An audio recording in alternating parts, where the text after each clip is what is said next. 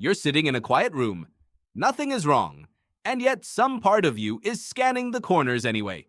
You tell yourself to relax. You can't quite finish the thought. Your eyes keep drifting to the door, the window, the dark hallway behind you. Nothing is there. So why does it feel like something might be? The honest answer is stranger than you think. Your brain isn't broken. It's running code that's 2 million years old, and it never got the memo that the savanna is gone. Picture the world your ancestors actually lived in. No locks, no streetlights, no walls thick enough to stop a bite, just open grassland, tall enough to hide a lion, quiet enough to hide its footsteps. For nearly the entire span of human existence, the cost of relaxing too much was your life. Not metaphorically, literally. So evolution built you a smoke detector instead of a thermostat. A thermostat waits for accurate information before reacting. A smoke detector screams first and asks questions later. It would rather be wrong 100 times than be right just once. Too late, about a fire that kills you. This is your amygdala. A small, almond-shaped cluster of neurons sitting deep in your brain, and its entire job is to ask one question over and over, faster than your conscious mind can interrupt it. Is this dangerous? Neuroscientist Joseph Ledoux spent decades mapping exactly how fast this happens. He found that a threat signal can reach your amygdala and trigger a bodily response before the visual information even finishes processing in your conscious visual cortex. You can be flinching before you know what you're flinching at. Your body moves first.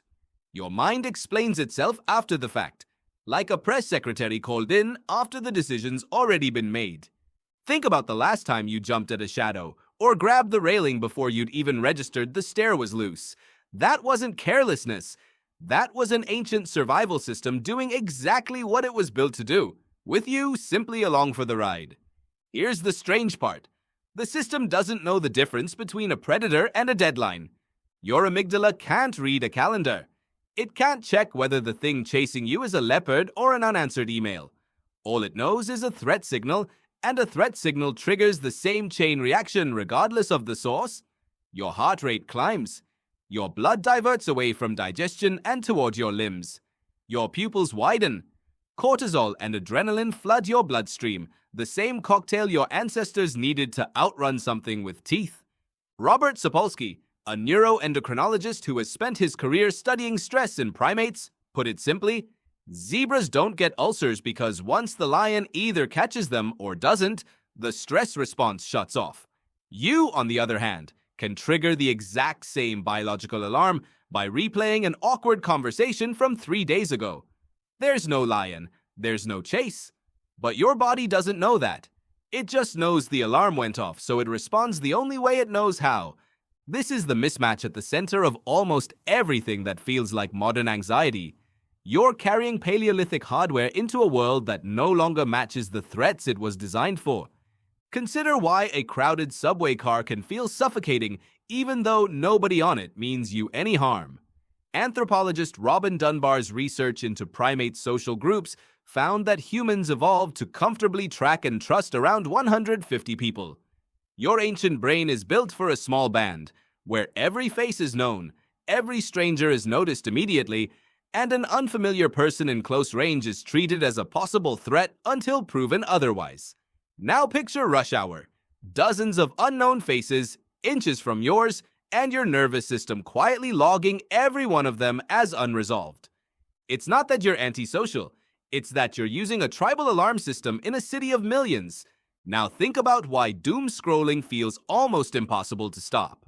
Psychologist Paul Slovich's research on risk perception found that people respond far more strongly to vivid, available examples of danger than to actual statistical risk. Your ancestors needed this. If someone in the tribe got bitten by a snake near the river, remembering that vividly and avoiding that river kept you alive. The brain prioritizes dramatic, threat-shaped information over calm, accurate information, because for most of human history, dramatic and accurate were usually the same thing. They aren't anymore. Now the snake by the river has been replaced by an infinite feed of disasters from cities you'll never visit, and your threat detector can't tell the difference between local and global, between probable and statistically rare. It just keeps flagging danger and you keep handing it your attention because attention to danger is exactly what kept your ancestors breathing. Here's the part that should change how you see your own anxious moments. This system was never built for accuracy. It was built for speed. A false alarm costs you a flinch, a racing heart, a wasted moment of fear over nothing. A missed alarm costs you your life. Evolution did the math a long time ago, and it decided that 1,000 unnecessary flinches were always cheaper than one fatal hesitation. You are the descendant of the cautious ones. The ones who heard the rustle in the grass and ran first, checked later. The relaxed ones, the ones who waited for certainty, didn't get the chance to pass anything down. So when your chest tightens before a presentation, or your stomach drops at an unread message from your boss, you're not malfunctioning.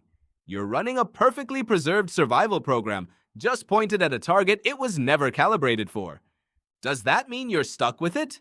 Not entirely. Knowing the mechanism is the first lever you have. When your heart starts racing in a meeting, that isn't proof that something is actually wrong. It's proof that your amygdala fired before your prefrontal cortex, the slower, more deliberate part of your brain, got a chance to weigh in. Researchers studying cognitive reappraisal have found that simply naming what's happening, recognizing this is my threat detector firing, not an actual emergency, can measurably reduce the intensity of the response. You can't switch the alarm off, but you can stop mistaking it for the fire. So tonight, when you find yourself glancing at a dark hallway or checking a lock you already checked, notice it without arguing with it. That feeling isn't weakness, it's inheritance. You're sitting in a quiet room, nothing is wrong, and some part of you is still scanning the corners, the same way it has for 2 million years, waiting for a lion that isn't coming in a world it never agreed to leave behind.